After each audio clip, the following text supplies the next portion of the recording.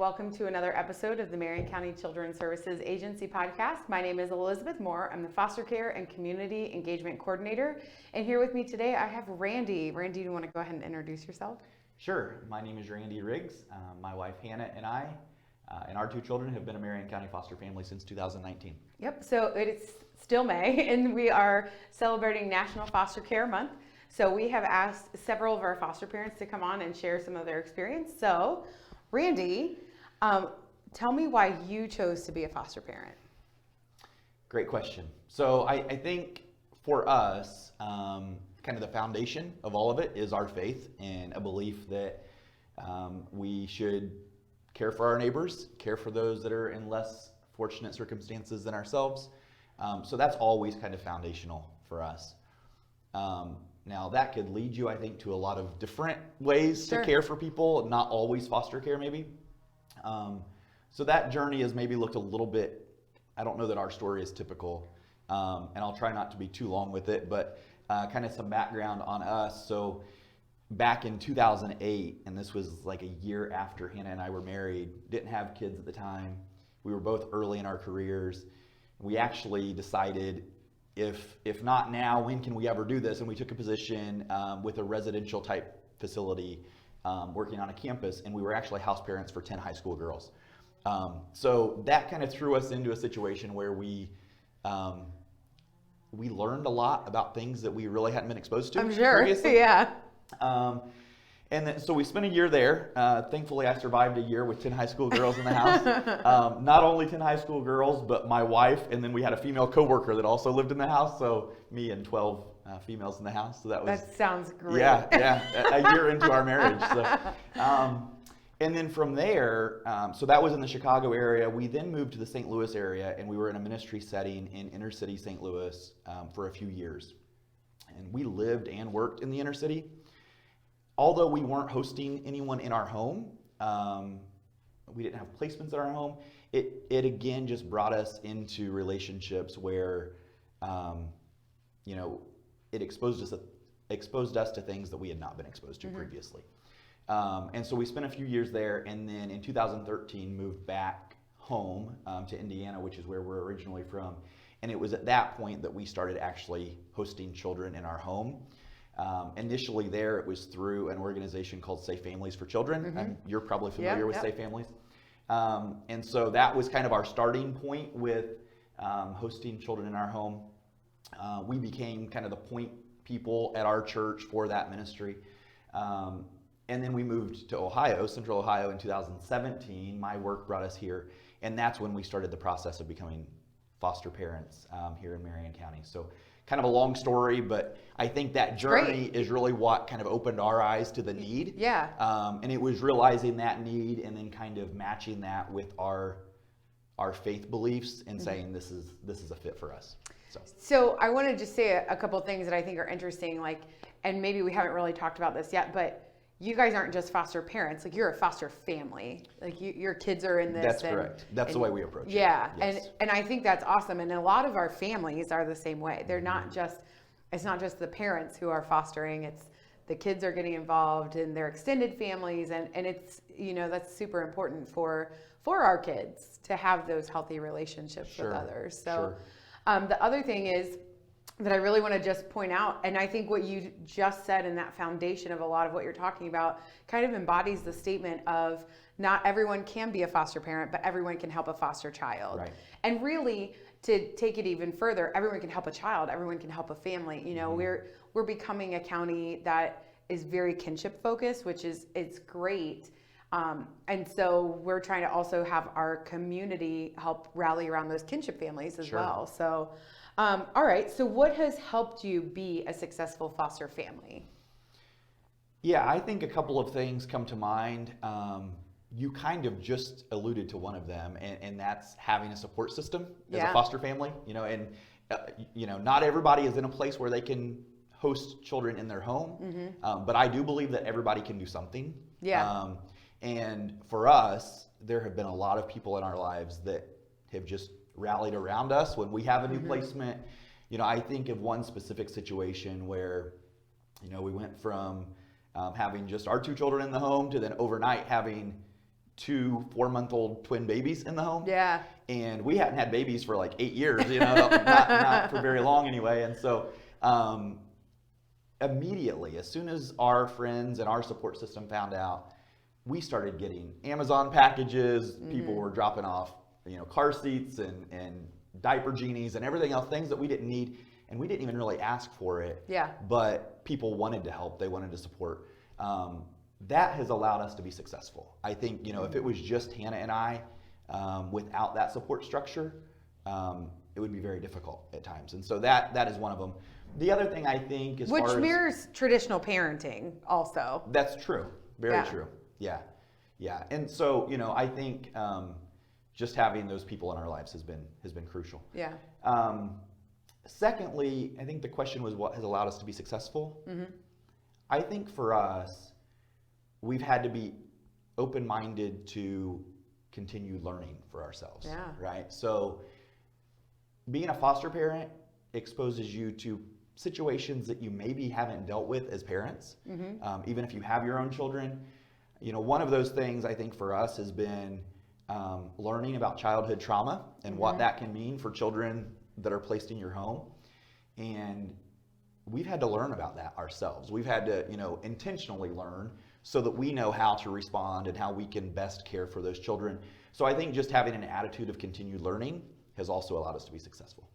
Yeah, I think that is a message that we are always continuously trying to get across to people is that, and I think everyone is very receptive to learning that too, Sure. is that trauma at a very young age, and we know every child who is in foster care Right. or kinship care Right. has experienced trauma because if nothing else, they've been removed from that primary, caregiver.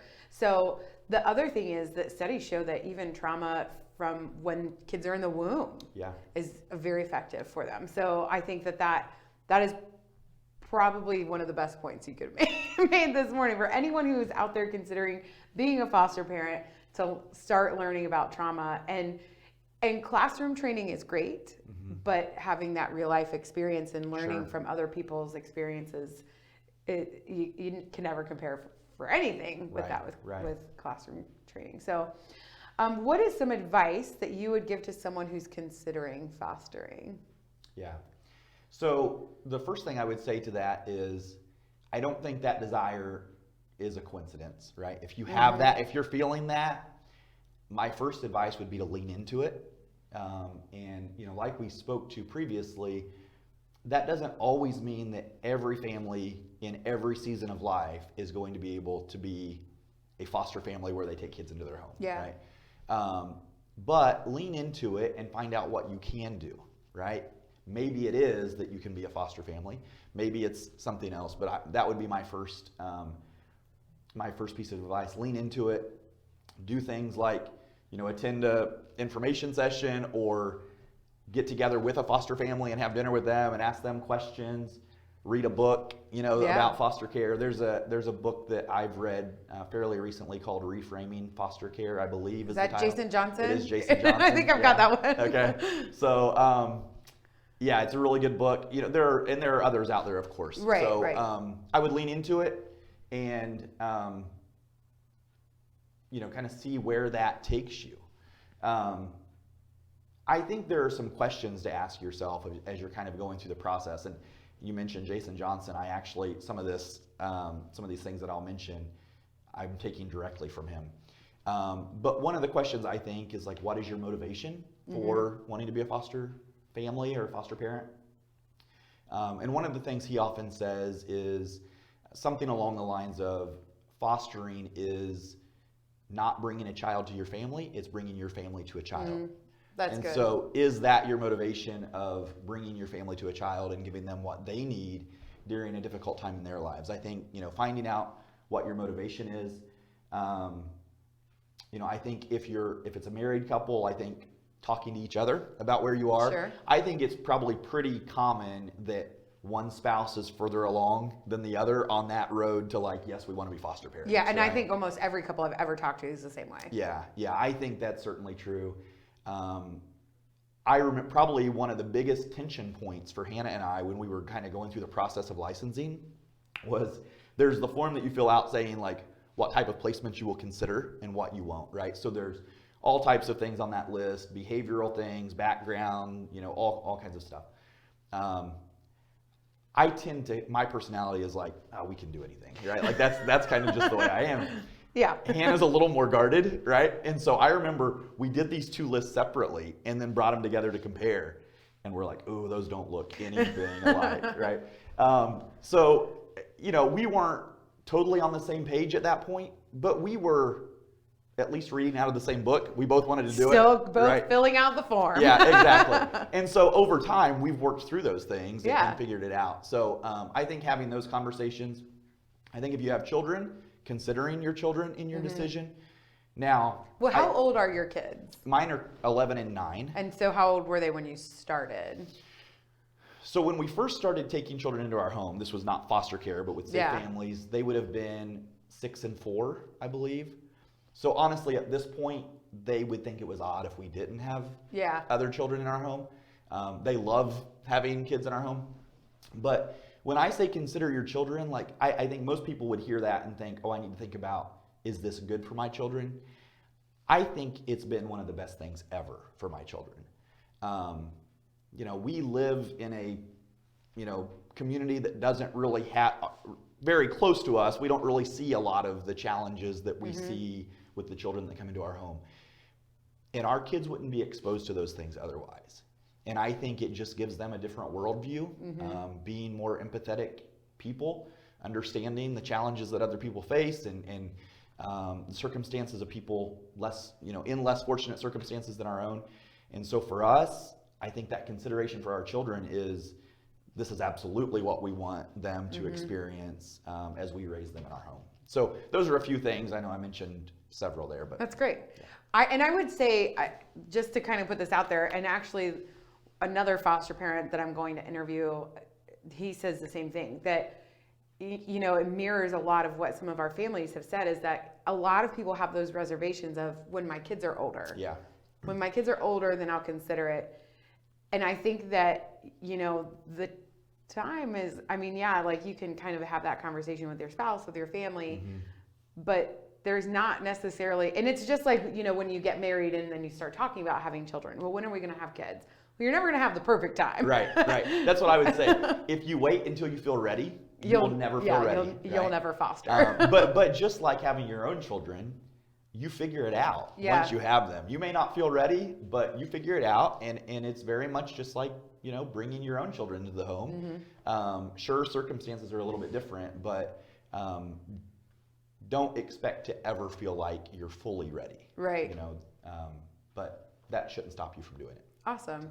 So, Randy, have you ever watched an episode of my podcast? And you can be totally honest. I have, yes. Okay, so yes. you know that at this point is when I'm going to ask you a question that wasn't on the list of all the questions. Okay. So hopefully I have actually one that I think will be really easy. But as we were talking, I thought that this is important, and I don't think I've ever asked this question. But what is some advice? And so I'll ask you the question, and then I'll talk to everybody, and then I'll come back to you so you can think about it. What is some advice that you would actually give to someone who's out there listening, who's saying, I'm not ready to be a foster parent, but I want to start doing something.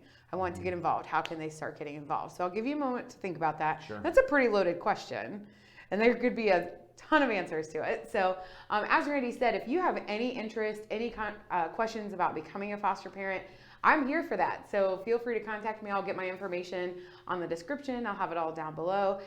Give me a call, we can chat, send me an email with any questions you might have. We do also have a video from an information session that we hosted last fall that's virtual, and that is on the Facebook page. So I'll also have a link to that as well if you have any questions.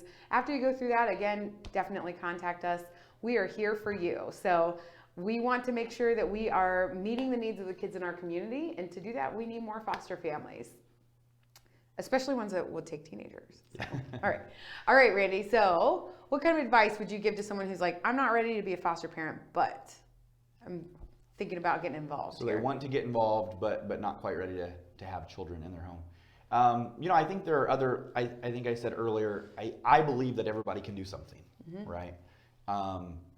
And if you step back from a foster family that is willing to take placements for any length of time or whatever. I think the next step back would be somebody who becomes licensed to become a respite provider. Right? So maybe just a weekend or maybe just a couple of days, because foster families do need breaks from time to time. But then there are also situations where maybe they just need to have a placement for a child for a day or two. So that might be an easier entry. It is still hosting children in your home, but the commitment is a little bit different. Short term, right? Very short term. And then if you take a further step back, I think getting involved in ways that you can help support children in the foster system, foster families, caseworkers, right? I think all of those people need support. I know for here in Marion County, it's Be the Village, is that right? So, which they do an awesome job, but I'm sure could always use more people to help them and be involved there. So I think that would be a good way to kind of get your feet in the water a little bit. And who knows where that may lead eventually. So. Well, and that's the thing. I think, studies out there show that people who get that exposure, even through those small experiences, are now more likely to start taking those chances, because even in pre-service, one of the things that I've heard a quote from someone who said that they had told one of our trainers, I feel like you spend pre-service trying to talk us out of being a foster parent. And the trainer said, because if you make it through all of that, then, because you hear some of those worst stories. And of course, if your exposure to foster care is seeing the news or seeing movies or whatever it might be, you're going to have those worst case scenarios in your head. And how many of those worst case scenarios do you think you've dealt with? Yeah, not many worst case scenarios. In fact, I think the stories you typically hear are like the hero stories or the worst case scenario stories. Neither of those happen very often. Right? Like, they're just the ones that make the news. But they don't happen very often. So. That's right. Yeah. All right. Well, once again, if you have any questions about becoming a foster parent or how you can help families and who are involved in the foster care system or kinship families, feel free to contact me. And if you have any ideas for future episodes of the podcast, feel free to get in touch with me as well. And as always, have a great week. Thanks for being on, Randy. Thank you.